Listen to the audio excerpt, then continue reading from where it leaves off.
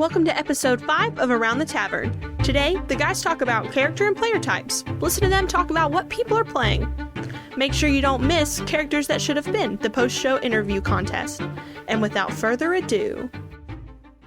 Welcome to Around the Tavern with Chris and Steven. I am your host with my co-host, Steven. Hello. Steven, how are you doing today? I'm so tired, but this is a podcast. Today we're covering the content from the D&D Dungeons and Dragons Multiverse from right here in our cozy tavern. Today's topic is characters, the players, and we're just going to talk about what we're playing these days. Okay, Steven, I know you just said you're tired, but hear me out. Don't be. Okay. Did that solve it? Did I cure it? Are you cured? Are you untired? Yeah, I've switched back for a moment to 4th edition, and I've engaged my second wind. So now I've got a new windfall of energy. All right, Steven. So as he's already said, today is going to be characters and player types. Whatcha Playin. So basically, the idea of today's big topic is we're going to talk about, the stereotypical characters and what people play versus what we've experienced. Steven, what would you say from your experience? What do you feel is the most played class in D&D? The most played that you've experienced. That I've experienced. Well, I had a campaign that was all wizards, so I'm going to say wizards. Okay, yeah. From my experience too, I've dealt with a lot of wizards. But from a couple different articles and things that I looked at, the top class from all editions, like that's consistently played, is fighter. So there's just a lot of fighters, and one reason that I saw is because it's a great, easy introduction to the game. Like, hey, you don't have to worry about spells. You don't have to worry about this. You just jump in and you punch stuff.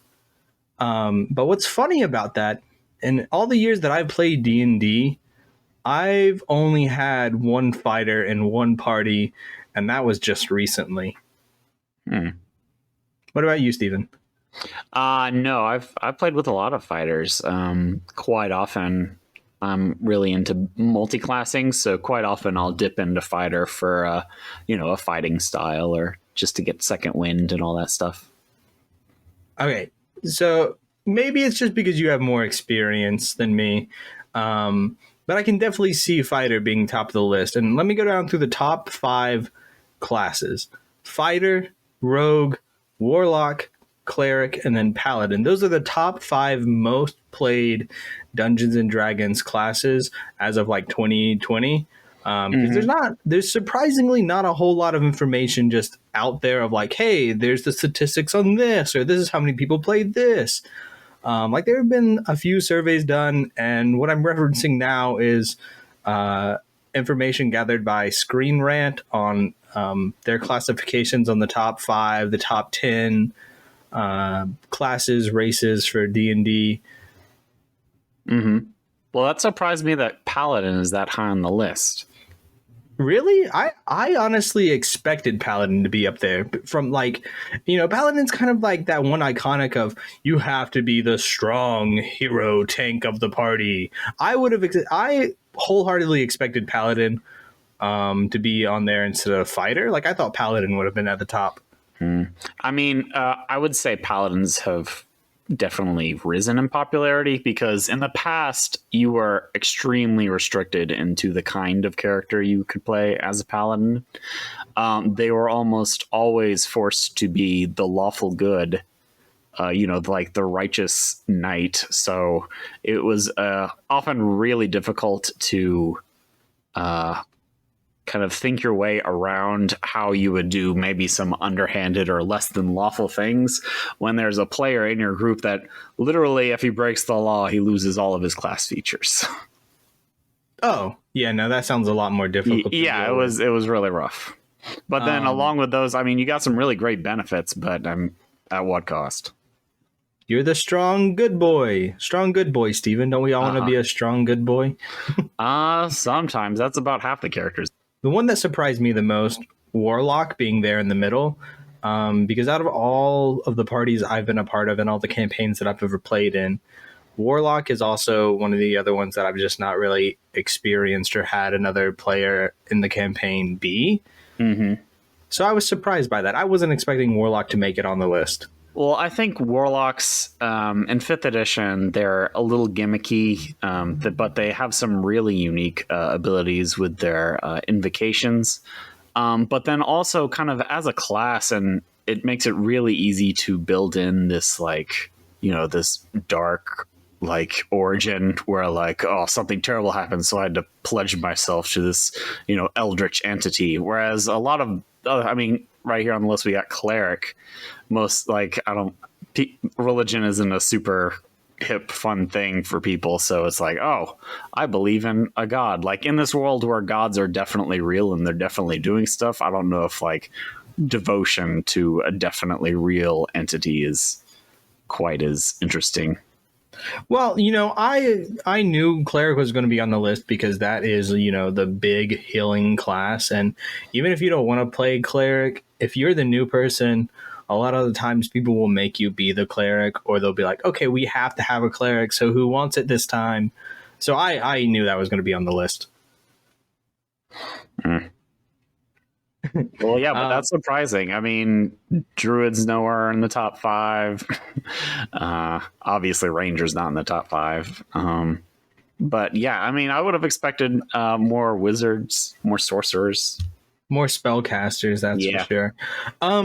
So, Steven, if we put this list to the side of this top 5, what would your top 5 classes be? From what you've experienced, like, oh yeah, you can guarantee this one, and this one.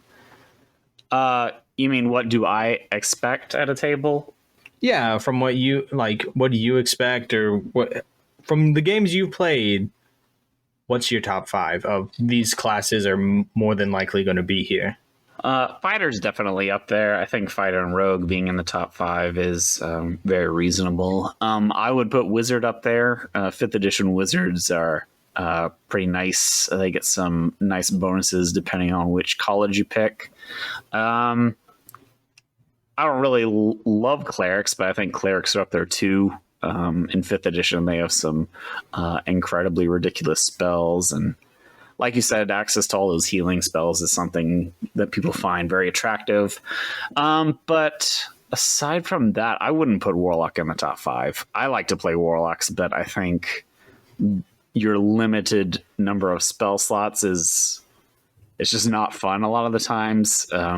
Wizards and sorcerers are always going to be casting spells. The Warlock, you gotta, I think it's not till even level 12 that you have more than 2. So you have to be really stingy with when you use your spells. So maybe my other 2 in the top 5, I would say Wizards and I don't know, maybe just those 4.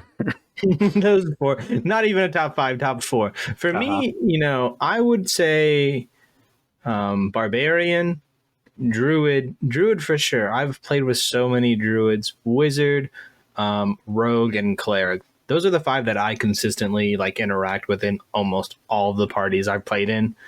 But that's entirely dependent upon what kind of game you're running, because you and me, Chris, we're in a game that's kind of set in fantasy medieval Japan, and there was a moment there where I thought the entire party was going to be monks.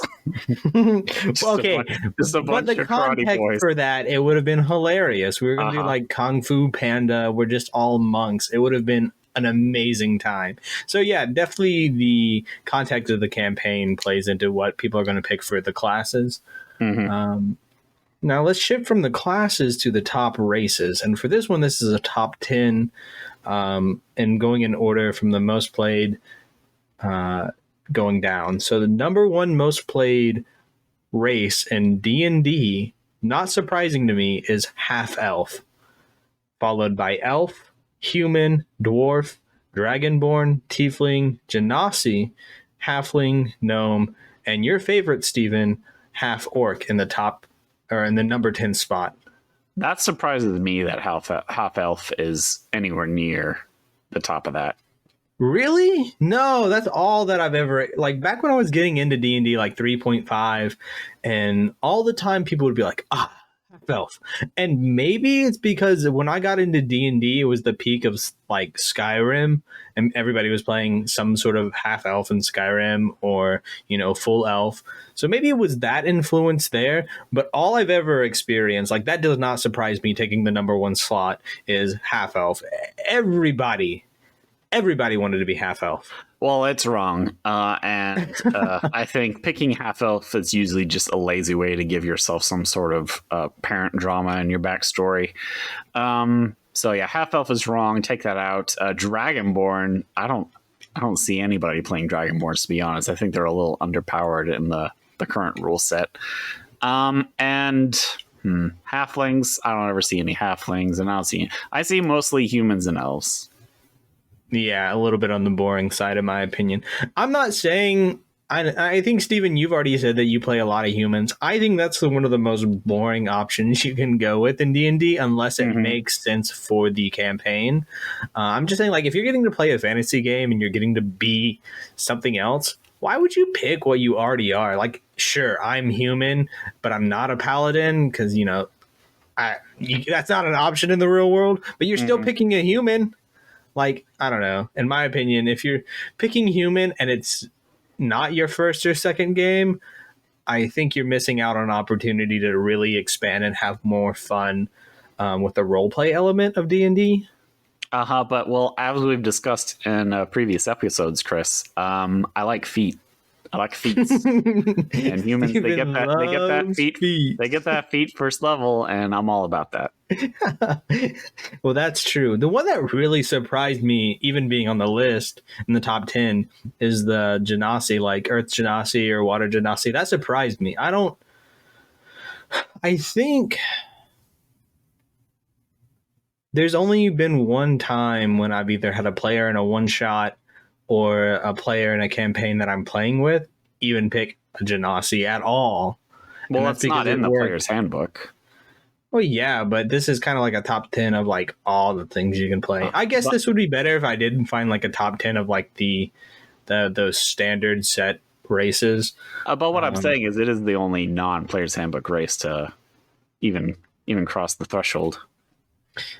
Yeah, okay, I see that. But it's just one that, I didn't even think it would make the list. Halfling, I've experienced a lot of halflings. No gnomes. I don't think I've ever played with anybody playing a gnome. But let's talk about the half orc, Steven. We all know you have beef with these half races. I thought an orc would have beat half orc. But do you think half orc beat it just for that whole like, oh, look, my parent drama?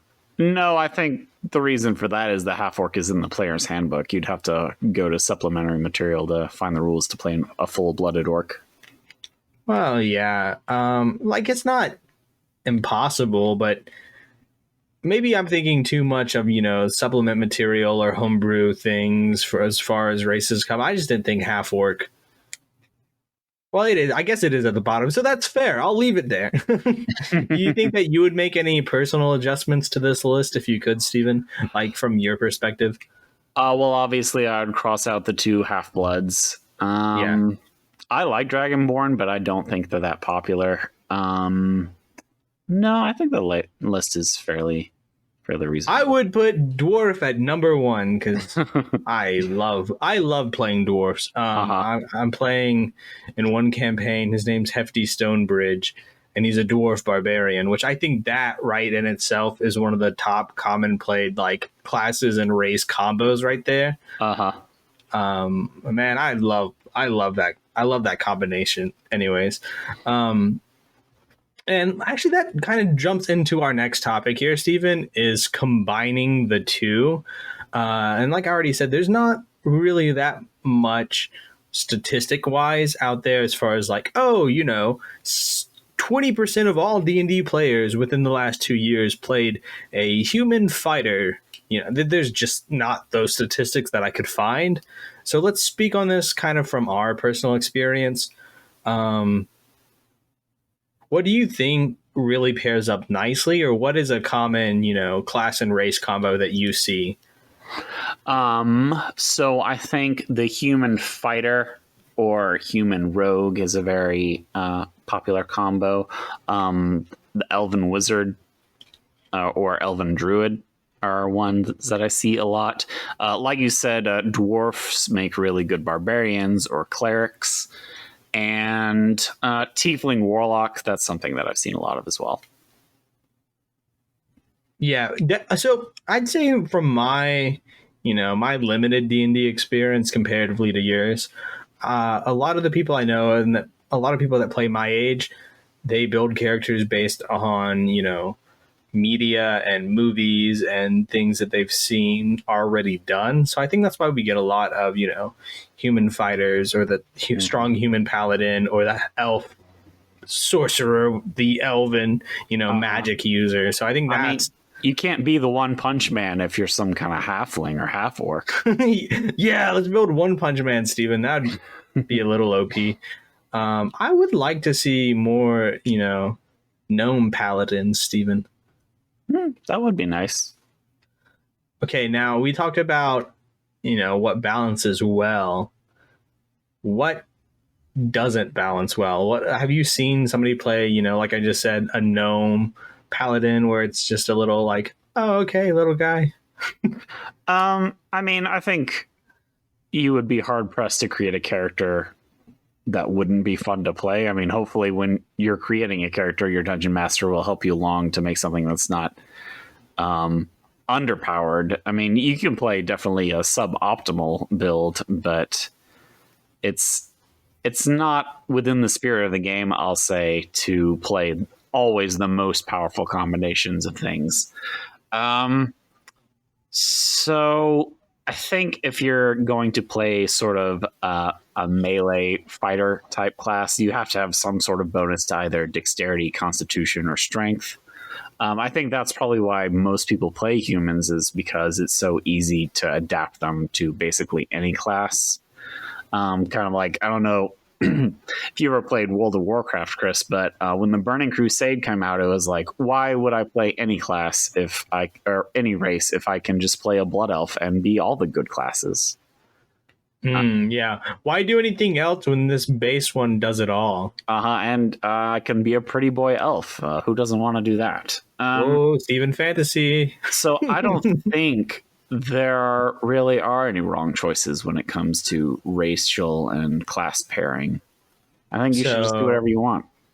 Human. Yeah, if you can find a homebrew human class, if you could that'd be like merchant, maybe a level 1 human, then yeah, that'd probably human. Hello guys, my name is Hugh Man, and I'm a human. So I have a couple other little cool things that kind of revolve around like the statistics of D&D, Steven.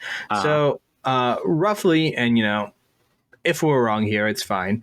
50 million people have played D&D to date. As in when this was ran, so 2020, so 2 years ago, Steven, about 50 million people played, and 40% of those players were 25 years or younger, and then 11% of those players were 40 years or older, and only about 40% identified as female. So I'd still say it was kind of a male-dominated game, not as much so as, in the earlier years, like the 70s, 80s, and 90s. Mm-hmm. But some of those were surprising because, I fall into that 40%. And Steven, you're in that like middle gap. You don't even get a percentage. Oh my God, I'm too old. Too old. You're in the void, Steven. And this one was kind of neat. I don't really watch Twitch, and Twitch is mostly used for like video games. But 4.3 billion minutes of D&D content has been watched on Twitch. So that's really cool. I don't know. That was just something neat that I saw while doing the research for this episode. Certainly a lot. And now, if you want to get to the real meat and potatoes, Steven, are you ready to dig into the meat and potatoes? What are they? Russets or reds or? They're just potatoes. They're just okay. Potato. Meat and taters, son. Okay. Just eat it. Don't question it. So Wizards of the Coast generated a total revenue of $816 million just in 2020. That's crazy. Good. They're making all this money and they can't update their statistics on, what's the most played class or what is this? What is that? What is the money going towards? Oh God, it can't be to staff and facilities. And so if you're working at Wizards of the Coast right now, if you have some kind of influence and you're listening to this podcast, we want more statistics. Put out the surveys. Ask people what they're doing because, I want to know, me personally, Chris, I want to know. So do it. Figure it out so we can have up-to-date statistics on who's playing and what they're doing. I need to know. Right, Stephen? We all need to know. We all need to know. So this kind of leads us to talk about, our own player types and what we usually play. Stephen, I know, speaking from my own experience, I've kind of like shifted between my typical class. Like I'll pick a class and I'll do 2 or 3 campaigns, so like 2 or 3 years of that class till I get burnt out on it, and then I switch to something new, and then I'll pick that one. Then I'll just every character I make after that is that specific class, and then switch again after 2 or 3 years once I hit that huge burnout. So I don't really like I don't do, this time I'm going to do this with this, with this, with this. It's no, every character I make for the next 2 years will be a barbarian. And that's kind of the category I'm in right now. Every character I've made for like the last year and a half that I've gotten to play, barbarian. I love it. I love it. And before that I played, I tried to play a lot of monks. Every time that I started to play a monk, Stephen, the campaign would fail. It was like a cursed class for me. There was like 4 different campaigns that we almost got into, and I was like, all right, this is my chance. I'm finally going to really hit this monk character hard. We get maybe 1 session in, poof, it's gone in the void. And before that, I was a hardcore sorcerer. Like when I first started playing 3.5 up into the start of 5, when I switched over, nothing but sorcerers here, man. Only magic.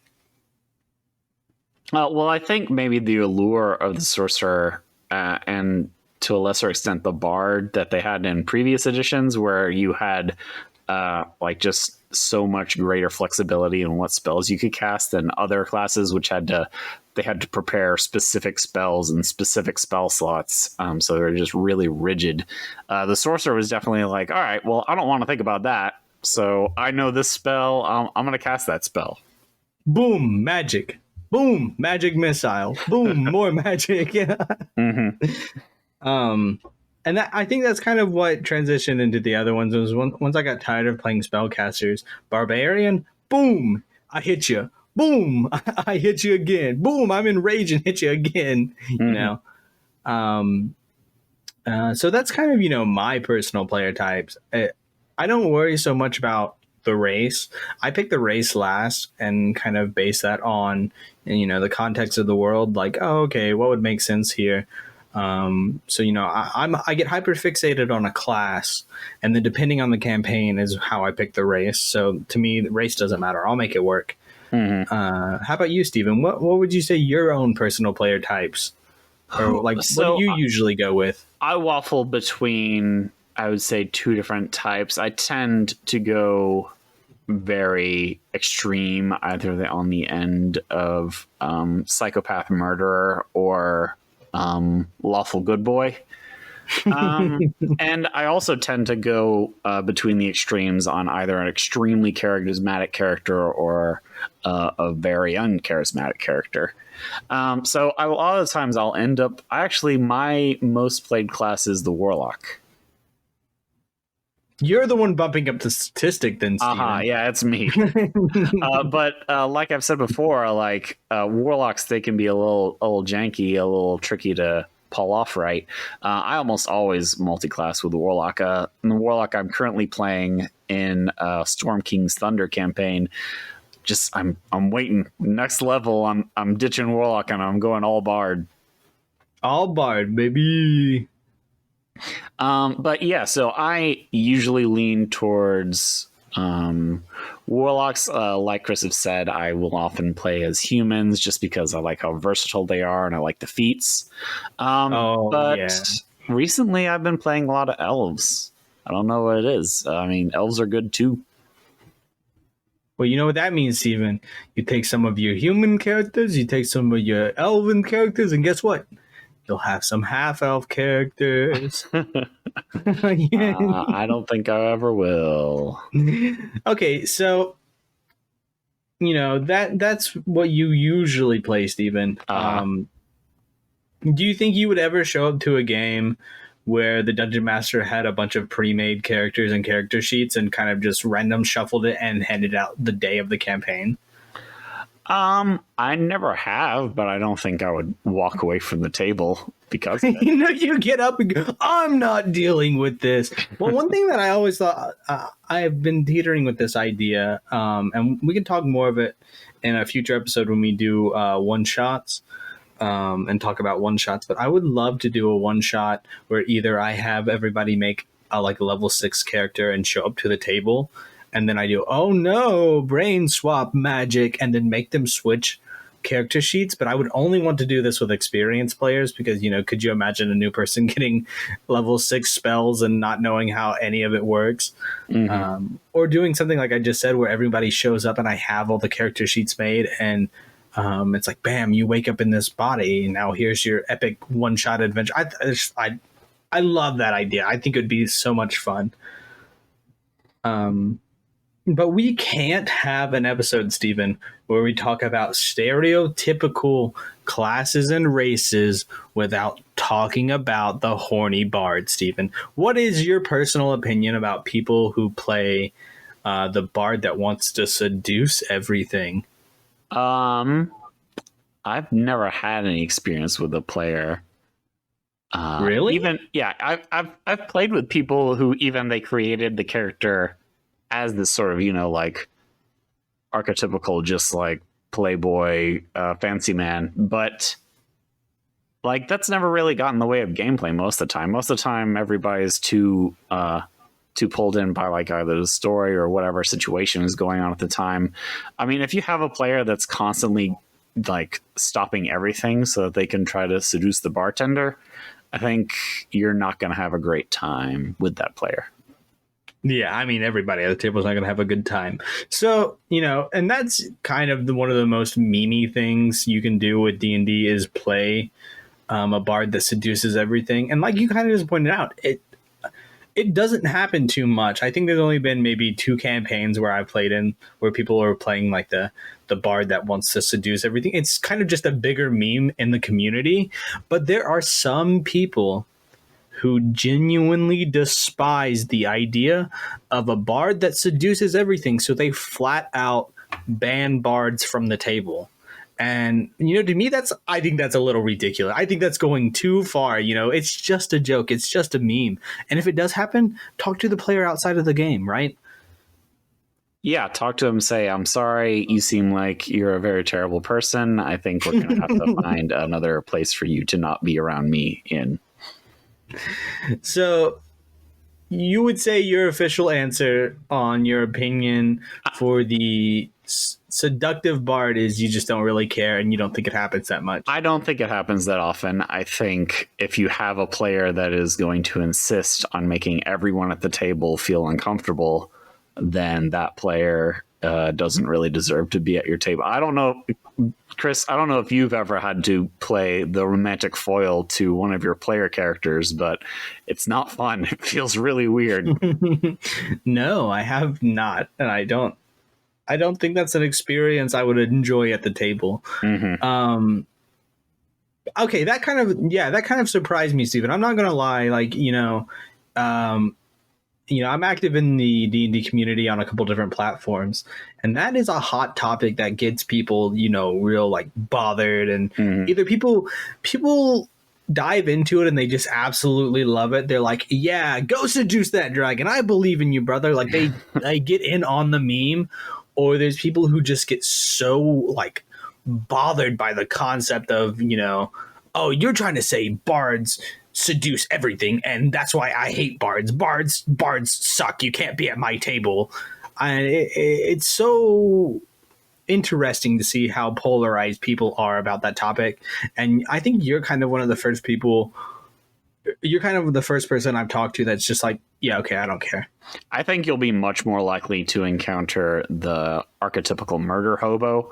That is the player who will interrupt any scene or immediately aggro on any NPC just so that they can, start a fight because they're the character that likes to punch people in every conversation. Yeah, so instead of actually engaging in roleplay and, working through the situation, the murder hobo goes, bartender, I stab him in the throat. Like you encounter a group of vagabonds on the road and the murder hobo says, well, those are bandits. I'm going to initiate combat. Do I get a surprise round? I'm going to start shooting him with my crossbow. Yeah, so before they actually, assess the situation, and straight to murder. And, maybe, Steven, you might not agree with this statement. I think a little bit of that is necessary, but I don't think it should happen every time. So I think, it's okay and it's totally all right if players sometimes are just like, no, we're just going to kill him. Mm-hmm. But I can see how it can go too far if it's the same person every single time. You walk into the bakery, the atmosphere feels, suspicious. And instead of, questioning the baker, they just, okay, I'm going to beat the snot out of the baker. Yep. I robbed the cash register. And then as we leave, I throw a poof of flour into the air and I set the place ablaze. Now, you see, Steven, it's not a coincidence that I said baker. Because tomorrow at work, you better be on guard. Out of context, Steven is a baker and we work together. And that was me hinting that I'm going to beat the snot out of him tomorrow. Well, that's okay because I'm going to go murder hobo on everybody else in the kitchen. Uh-oh, this is a don't show up to work tomorrow. This is all a joke. This is satire. Thank you.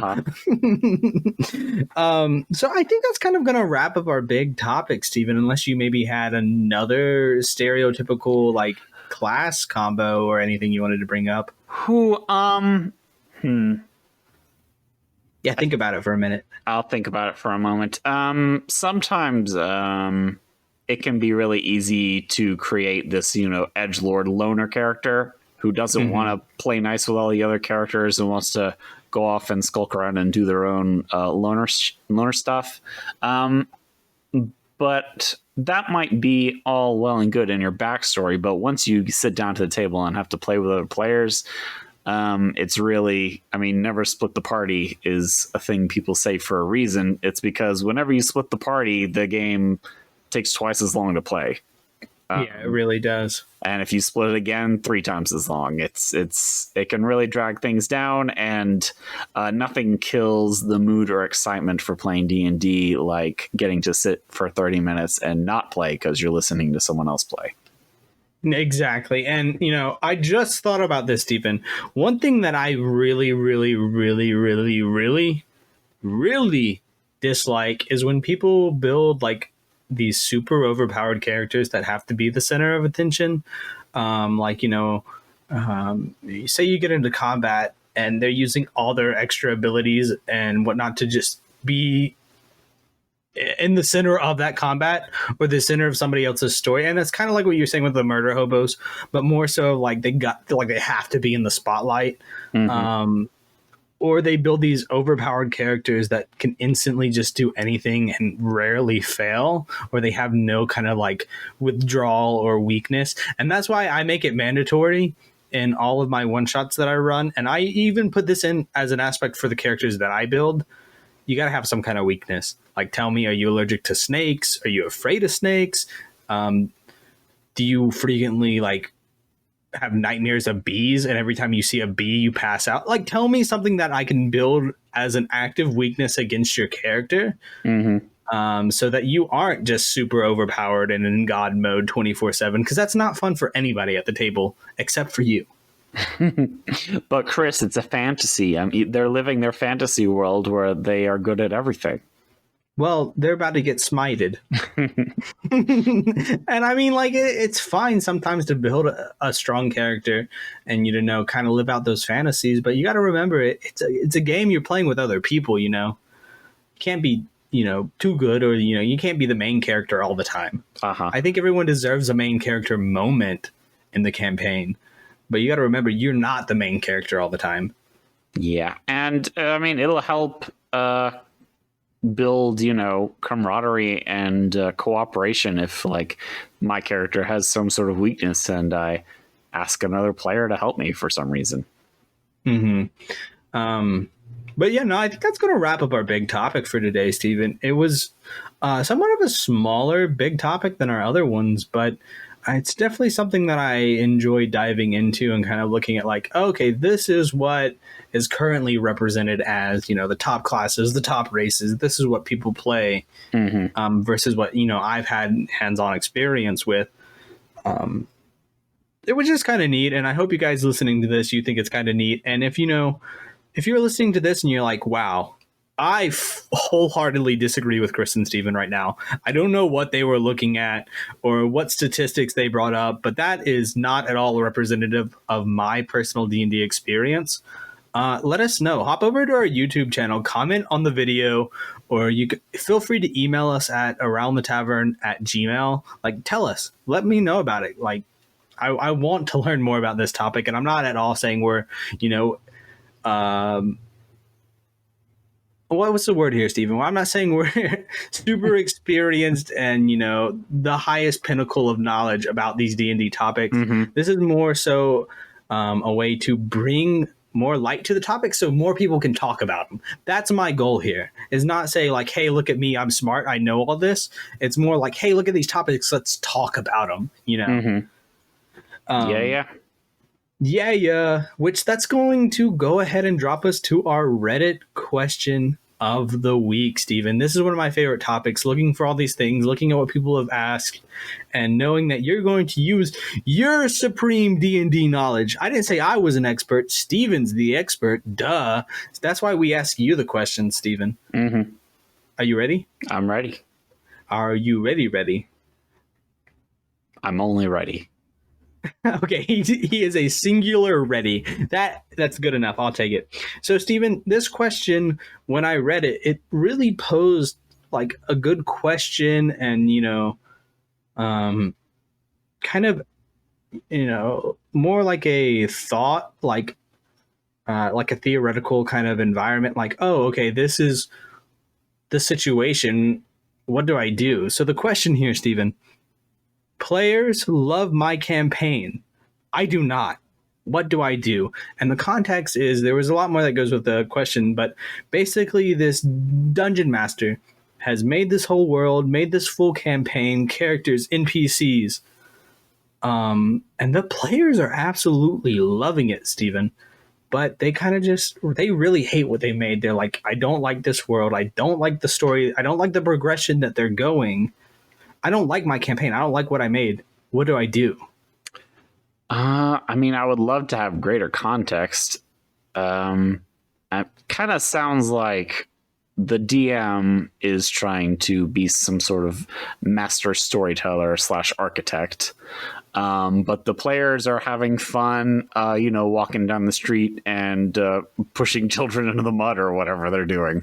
And as a DM, it is very easy to get into the this is my magnum opus, this grand story with all of these important people who aren't the players. The most important people should be the players, but I have all these other important people, and there's all these stakes, there's all this gravitas. But I mean, it's a game. Players aren't going to do so-called important things if it's not interesting or fun for them. So you gotta chase that fun. I mean, if your players are having fun, that is the point. I'm not saying that being a dungeon master is some sort of sacrificial role that you have to give up all of your fun having potential for them to have fun. But if your players are having fun, then you need to figure out what it is that they enjoy, and you just need to lean into that. Yeah, I can definitely agree with your answer there, Stephen. And I kind of took the context of the question and the brief description he gave as more like he's being they're being overly critical of the world that they've made. So I think, they're probably doing just fine. Like, they're probably running an excellent game. Mm-hmm. The players are having fun. And to me, it sounded like they're just being overly critical. Like, oh, man, I could have made this better. Or I wish the story would have done this. Or, this isn't so creative. I'm not creative. That's how I took the question.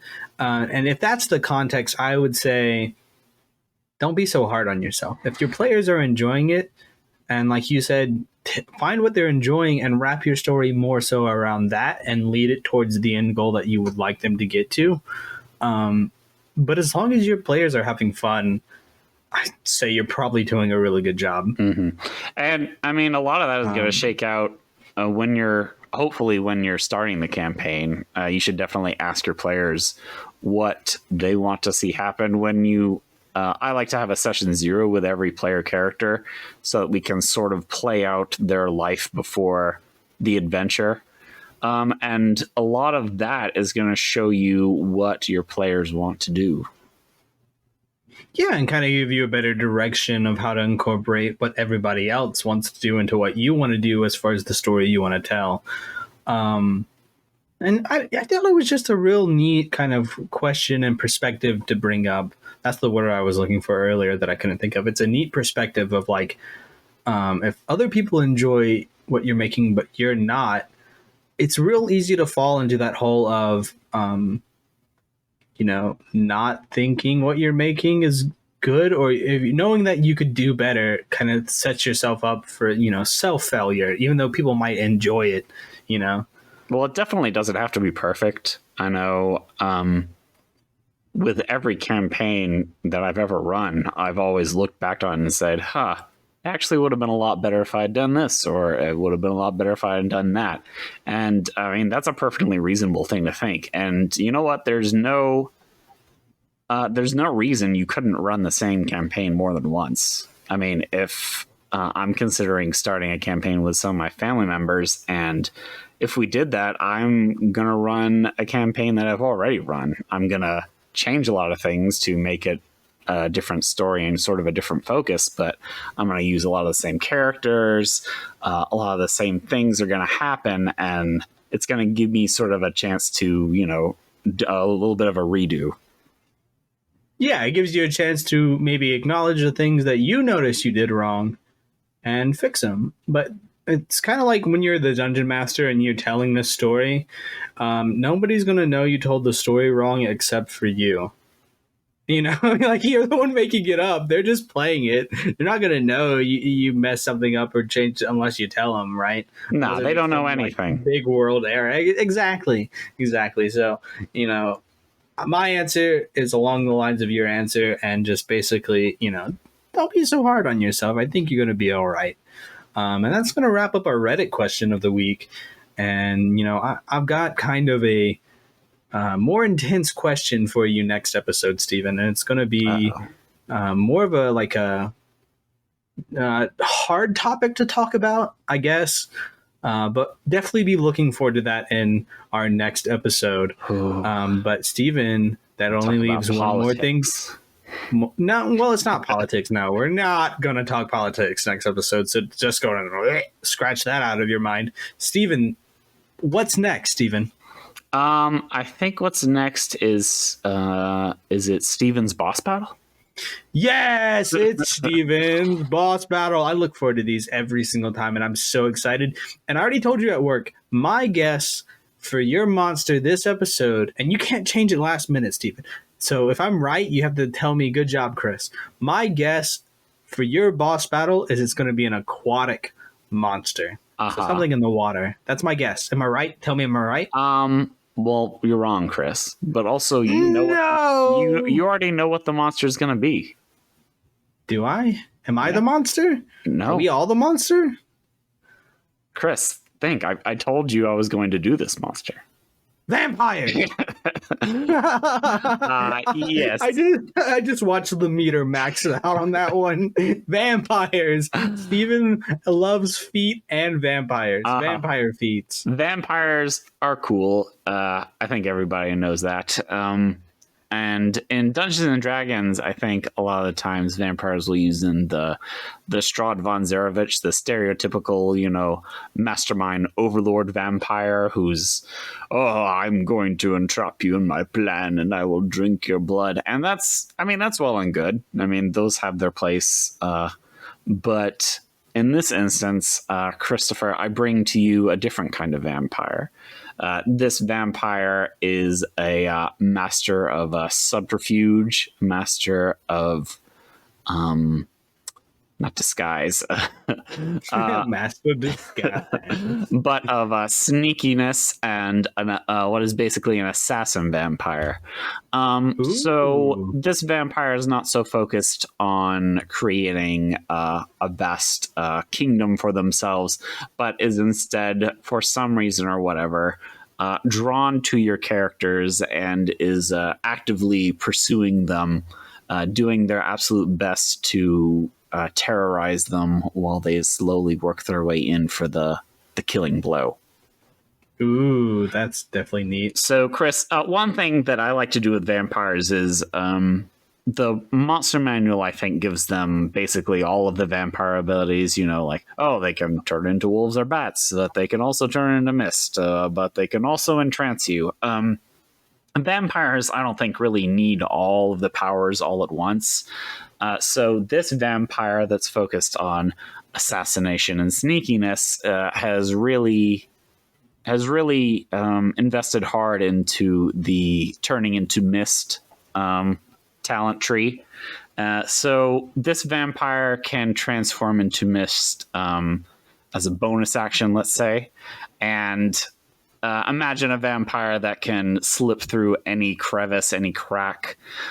You think you have barricaded your room as well as you possibly can, but wait, there's a little gap in the floorboards, and it seeps up through the floors while you're taking your long rest. And now your party has to deal with a vampire that's popped in out of nowhere, is attacking you, but can just as easily retreat back through whatever entrance it came in through. So that's cool, but hear me out, Steven. Hear me out. Whenever he pops up and it's kind of like a sleep paralysis demon, and he attacks you from the floorboards, right? And you get up and you try to swing back, and he goes, "Haha, you missed me," and then he turns into mist and goes right back to the floor. That would be a good idea. Give him a little corny catchphrase every time he turns. Blah blah blah. You missed me. And he goes through the floor. Anyways, continue. So you can prelude this encounter with, obviously, he's a vampire, so he can create vampire spawn. A great way to sort of mess with your character's mental state is to have this vampire maybe find NPCs that your characters really like. Maybe there is a quest giver that they've been really relying on for information that they suddenly find missing, and when they go to investigate, they find them to be transformed into this vampire thrall for this monstrous creature that's hunting them. And you can really lead up to this encounter by having him send packs of these vampire spawn after your players, really testing their abilities to deal with them, and then hit them hard with the vampire, the sneaky vampire assassin when they're not least expecting it. Wow, that's incredible. And so I've always liked the idea of fighting vampires and vampires as a whole, but I will say, Steven, I love the idea of a vampire that is more like an energy vampire rather than a blood vampire, so it more sucks the life energy out of somebody. So, if I use that boss, I would probably switch it to more like a life energy vampire, because I think that's kind of cool. And you would definitely have the "I'm here to suck your life energy," blah, blah, blah, blah, Christopher, have you ever watched What We Do in Shadows? No, is that the TV show?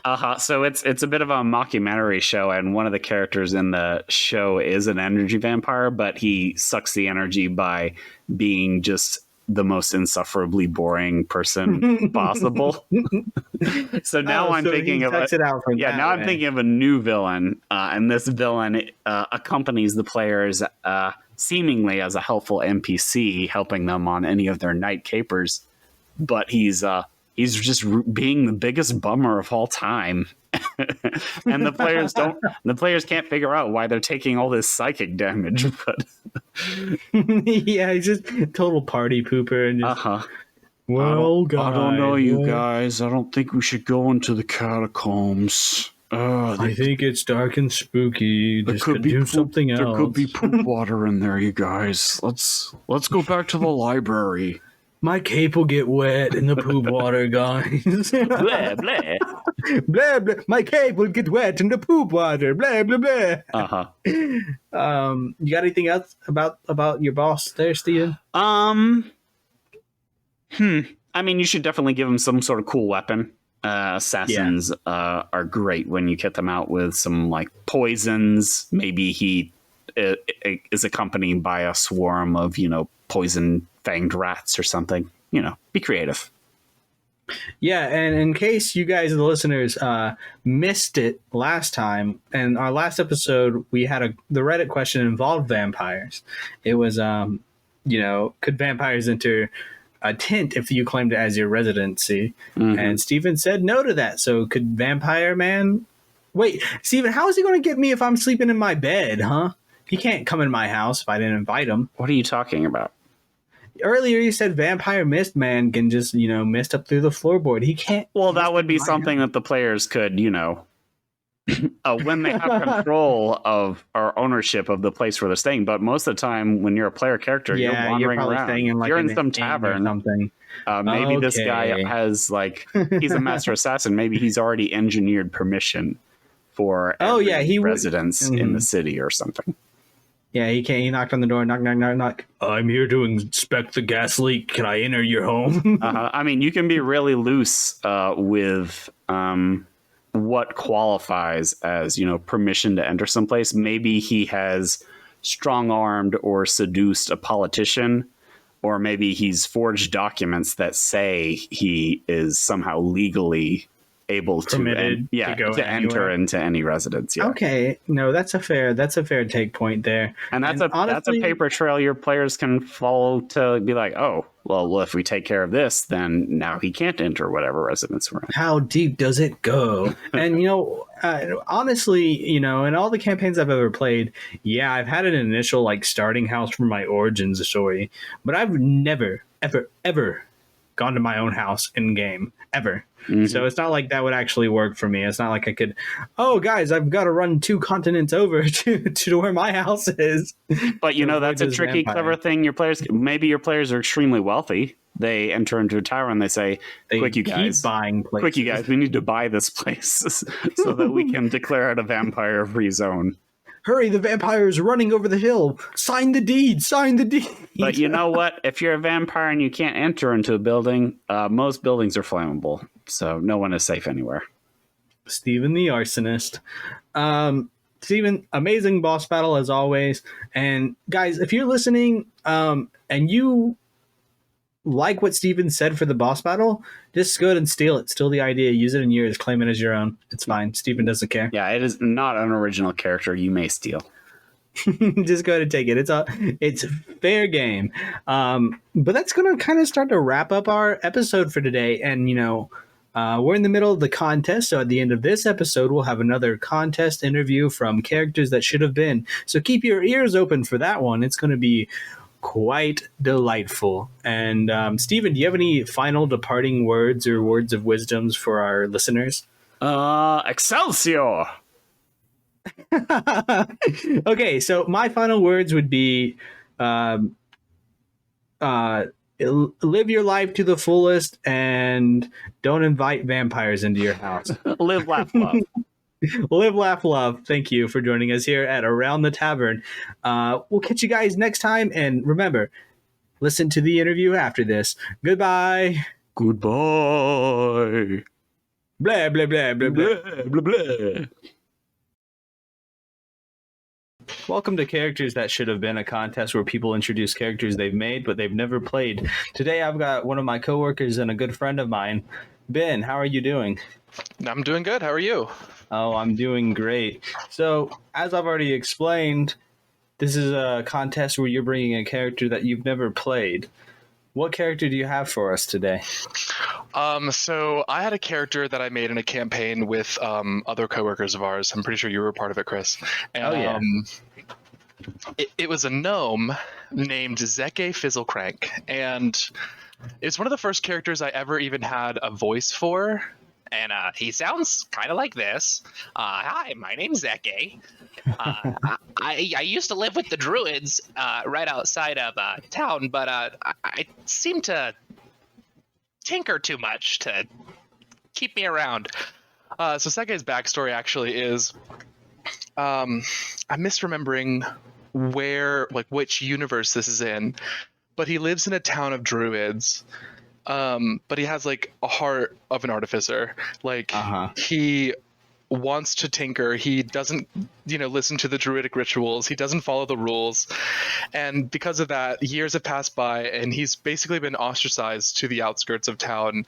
He even lives like a good 10 minutes from the town in his own little cottage out in the middle of nowhere. He can like see the town from wherever he's at, To me, it sounds like he's living the life, because that's what I want.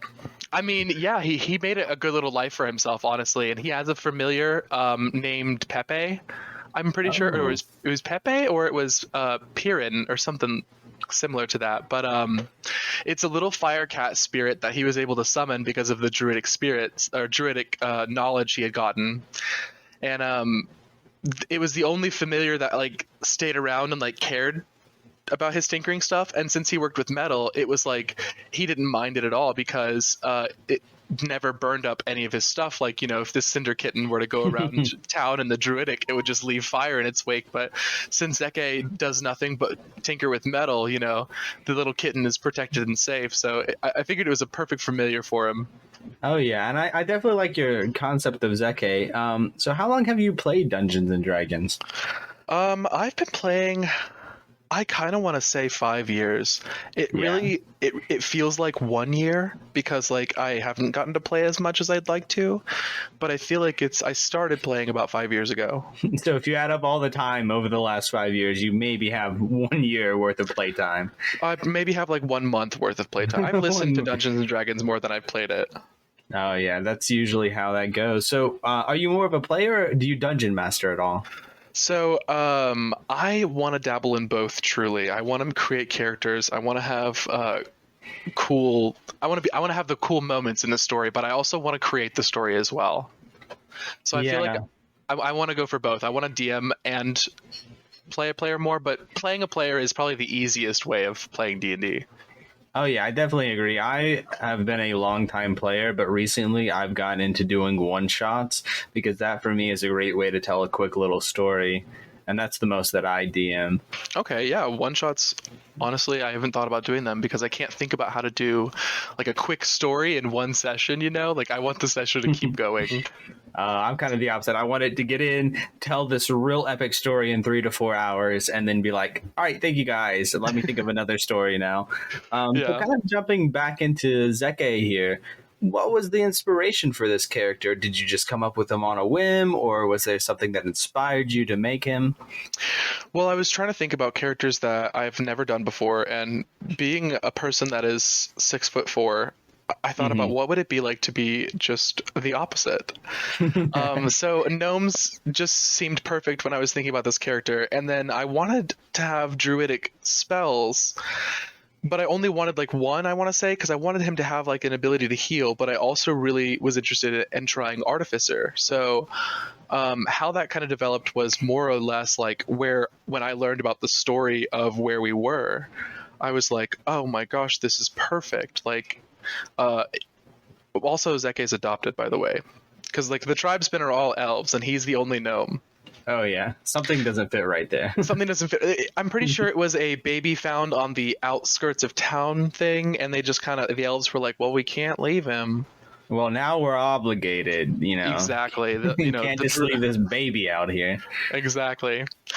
But when I started playing him for like, I guess the round zero, I really started to get his story developed and whatnot. In the very beginning, his town starts to burn down, and like Zeke truly, he's like, well, these townspeople were kind of mean to me, but I guess I should see if they're okay. You know what I mean? Like he's not necessarily worried for his townsfolk because of the way they treat him, but he does like respect some people, and he has friends there.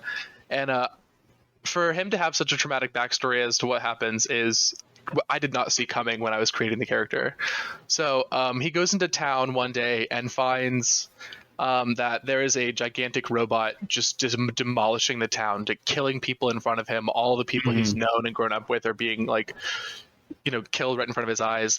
And he decides to try and run, but has a moral obligation to a girl that he grew up with. And he was trying to get Tabitha to run with him, but rolled poorly on a persuasion check. And so he watched his beloved friend Tabitha, one of his only friends, get sliced in half in front of his eyes by a laser beam from the evil machine. Yeah, I'd say as far as trauma goes, that's high up there on the list. Yeah, so he was highly traumatized whenever this campaign started, which is why I was more excited to play him, because I was like, I want to go into this trauma. I want this character to kind of be a little bit crazy now because of this. But I just never got the opportunity to. Yeah, and that's always the sad thing about Dungeons and Dragons, creating these cool characters and really hoping to, expand on these stories and kind of flesh out where they could have gone, but never getting the chance. Would you like to maybe explain Zeke's physical appearance a little bit, like as much detail as you've thought of him? So, oh gosh, I want to say he's about 3'6", maybe. He's a short little one. Short little lad. That's actually not too short for a gnome. But anyways, he has like classic tinkerer's like clothing on, I would say. He's got like, khaki pants that are roughed up with oil grease and machine stuff. He's got a little cogwheel looking pair of goggles on top of his head. With like a little cogwheel in one of them, very steampunk inspired look to him. Always wears his little black gloves that look like they've just been beat to shit from all the stuff he's been tinkering around with. And like I wanted him to have like almost an endless fanny pack type thing. Instead of like a satchel of holding or a backpack, it's like he's got a fanny pack, and it just sits on the front right corner of his waist. I love the steampunk vibe you're going with there, and then an endless fanny pack. I think I would love to have one of those. Oh yeah, a bag of holding fanny pack with just an endless mechanical abyss into it. I think I'm gonna have to steal that for my next homebrew item, is having a bag of holding that's shaped as a fanny pack. It is a fun idea, and truly, even though I didn't get to play this character, I can always use this character in other ways. Like I can throw it in a campaign. I could reuse the character, but I think throwing it in a campaign would probably be the best way of giving memory to it without overdoing it. Oh yeah, saving characters and then reusing them as NPCs is one of my favorite things to also do. Like I have this one character, Hefty Stonebridge, in another campaign, and every one shot that I do, the Stonebridge legacy lingers on in these different worlds set in like different time periods. So you can definitely save these characters for other options. Do you have any additional cool facts or cool details or anything else you'd like to share about Zeke? If I could sit here for another 20-30 minutes, I could definitely think of more for this character, because it's the type of character that I just don't want to stop creating. Any quirks about him would be the fact that he just developed PTSD from like his starting world, like where he started his adventure. He developed PTSD and he has no clue what's going on. Yeah, and So Zeke and his little cat. Did you have a name for the little flame cat? I want to say Piran. Piran. Okay. The cat's name is Piran. We'll take it. It sounds like a wonderful name. If you don't have anything else, we can go and start wrapping up the interview. Yeah, for sure. All right. Well, Ben, thank you for being here. We definitely enjoyed listening to your character that should have been. Hopefully you'll be able to reuse Zeke in one of your future campaigns. Thank you. Yeah, hopefully I get to. He's a really fun little character. And thank you for everybody for tuning in today. I hope you enjoyed the big topic of the week. And for the contest of characters that should have been, at the very last episode, we'll pick our winner and announce that there. Thank you for joining us again, Ben, and thank everybody for listening.